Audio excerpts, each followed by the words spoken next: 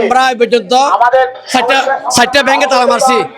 Global ইসলামী bank, first ইসলামী bank, union bank, এসআবিএল। কষ্টের যত টাকা আমরা এখানে রাখছি, আমরা আমাদের টাকাটা যাতে চলতে, এই টাকা দিয়েই আমাদের সংসার চলে। এখানে টাকা চুরি করে আনিনি, এই ব্যাংকে আমরা টাকা রাখছি আমাদের চুক্তিভিত্তিক আমানত হিসাবে।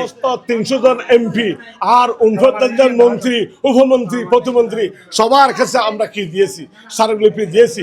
আমরা 75 লক্ষ গ্রাহকের পক্ষে আমাদের খান্নার আওয়াজ ওদের পর্যন্ত যায় না। টাকা আমরা এখানে রাখছি, আমরা আমাদের টাকাটা যাতে চলতে, এই টাকা দিয়েই আমাদের সংসার চলে।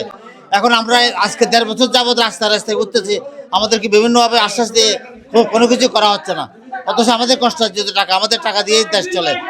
আমরা তো এখানে কোনো গ্লোবাল ইসলামী ব্যাংক বা এটার জন্য আমরা টাকা রাখি, আমরা বাংলাদেশ ব্যাংকে দেখে টাকা রাখছি, বাংলাদেশ গণপ্রজাতন্ত্রী বাংলাদেশ সরকার দেখে আমরা ব্যাংকে টাকা রাখছি।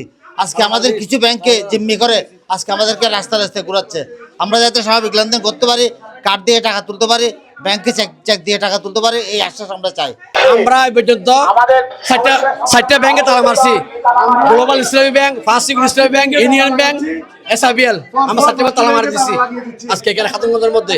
আমাদের উদ্দেশ্য একটাই, আমরা হেয়ার কার্ড বাতিল চাই, ব্যাংকের লেনদেন স্বাভাবিক চাই। আমাদের কর্মসূচি হলো আজকে আমরা তালা কর্মসূচি পালন করতেছি। আমরা এখানে টাকা চুরি করে আনিনি, এই ব্যাংকে আমরা টাকা রাখছি আমাদের চুক্তিভিত্তিক আমানত হিসাবে।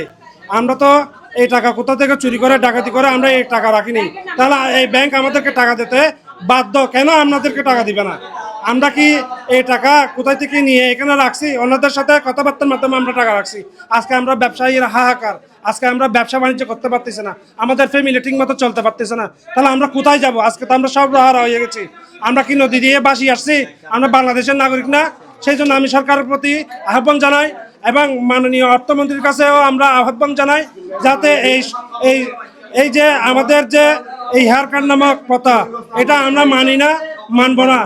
আমরা আজকে 1 বছর হয়েছে, আমরা 75 লক্ষ গ্রাহক আমানতদারের ডিপোজিট এবং ব্যাংক লেনদেনের জন্য আমরা আন্দোলন করতেছি। আমাদেরকে 2024-2025-এর হেয়ার কার্ড নামে যে শব্দটা অন্য সভ্য দেশের মধ্যেও নেই, অন্য অসভ্য দেশের মধ্যেও নেই। হেয়ার কার্ড নামে সাবেক গভর্নর মনসুর যে আইন করে গেছে, এই কালো কানুনটা আমরা বাতিল চাই। এবং আমরা এই সম্মিলিত ফার্স্ট ব্যাংকের, সম্মিলিত ইসলামী ব্যাংকের মাধ্যমে আমরা স্বাভাবিক লেনদেন চাই, আমাদেরকে হেয়ার কার্ড বাতিল চাই, আমাদের ডিপোজিট, এফডিআর, এমটিডিআর আর কি আমাদের কারেন্ট এবং এসএনডি সমস্ত অ্যাকাউন্টের হোল্ডারগুলো স্বাভাবিক লেনদেন চাই।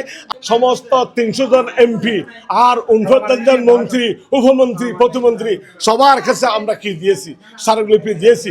আমরা 75 লক্ষ গ্রাহকের পক্ষে আমাদের খান্নার আওয়াজ ওদের পর্যন্ত যায় নাই। সংসদের মধ্যে আজ পর্যন্ত কেউ একটি কথা আমাদের পক্ষে বলে নাই। সুতরাং আমি হুঁশিয়ার করে দিতে চাই, আমরা 75 লক্ষ গ্রাহক বনাম 4 কোটি ফ্যামিলির মেম্বার, আমাদের রক্ত যখন আগুন ধরে যাবে, এই আন্দোলন দাবানল কেউ থামাবার মতো নয়। হ্যাঁ, মাননীয় প্রধানমন্ত্রী তারেক রহমান সাহেব খুবই আকুতি এবং কি বিনয়ের সহিত আপনার কাছে নিবেদন করছি, আমাদের মাননীয় অর্থমন্ত্রী আমির খসরু মাহমুদ সাহেব, আপনার কাছে আমরা বারংবার দেখা করছি, আপনার কাছে বারংবার দাবি করছি, সচিবালয়ে গিয়েছি, আপনার বাসভবনে গিয়েছি, আপনি আশানুরূপ এ পর্যন্ত কিছু করেন নাই।